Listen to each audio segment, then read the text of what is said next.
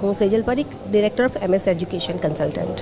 Okay madam, આપની આ જે સંસ્થા છે કેટલા વર્ષથી કામ કરી રહી છે અને સૌથી વધારે એની એક્સપર્ટાઇઝ કઈ બાબતમાં છે? સ્ટુડન્ટને ફોરેન સ્ટડી માટે કેવી રીતના તમે હેલ્પફુલ બની શકો છો?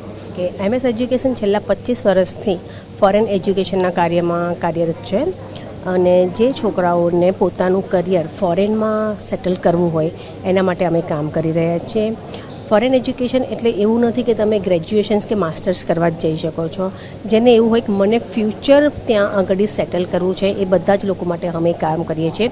આફ્ટર 12th પછી જે બી સ્ટુડન્ટ્સને ફોરેન એજ્યુકેશન માટે જવું હોય એ બધાની માટે અમે લોકો કાર્ય કરીએ છીએ.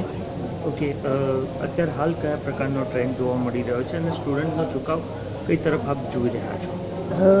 પર્ટિક્યુલર આની વાત કરું તો આ ડિપેન્ડ ઓન સ્ટુડન્ટ્સની ચોઇસ ઉપર રહેતું હોય છે.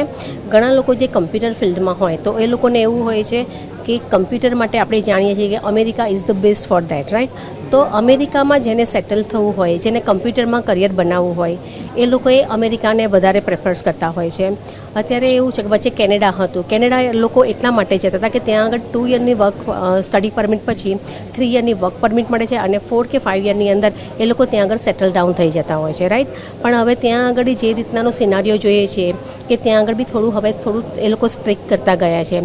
તો અત્યારે વિચારીએ તો જર્મની જે છે તો જર્મની અત્યારે બૂમિંગ છે.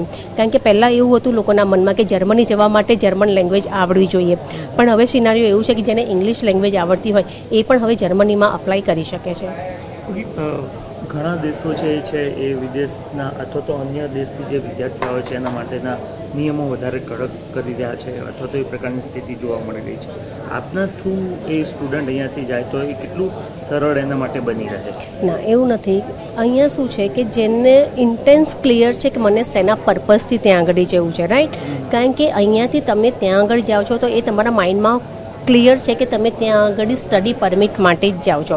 તો ત્યાંના જે રૂલ્સ એન્ડ રેગ્યુલેશન્સ છે કે અમુક ક્રાઇટેરિયાઝ તમે ક્લિયર કરશો તો ત્યાં તમે ફ્યુચરમાં સેટલ ડાઉન થઈ જવાના છો, રાઈટ? પણ તમારો ઇન્ટેન્સ જ એવું હોય કે મને ત્યાં આગળ સેટલ થવા જ જવું છે, એની હાવ હું ત્યાં જાઉં અને સેટલ થઉં, તો ઇટ ઇઝ નોટ પોસિબલ. હા, પણ તમે ત્યાંના જે ક્રાઇટેરિયા છે એને ફૂલફિલ કરશો તો હા, તમે ફ્યુચરમાં બી ત્યાં સેટલ થઈ શકો છો.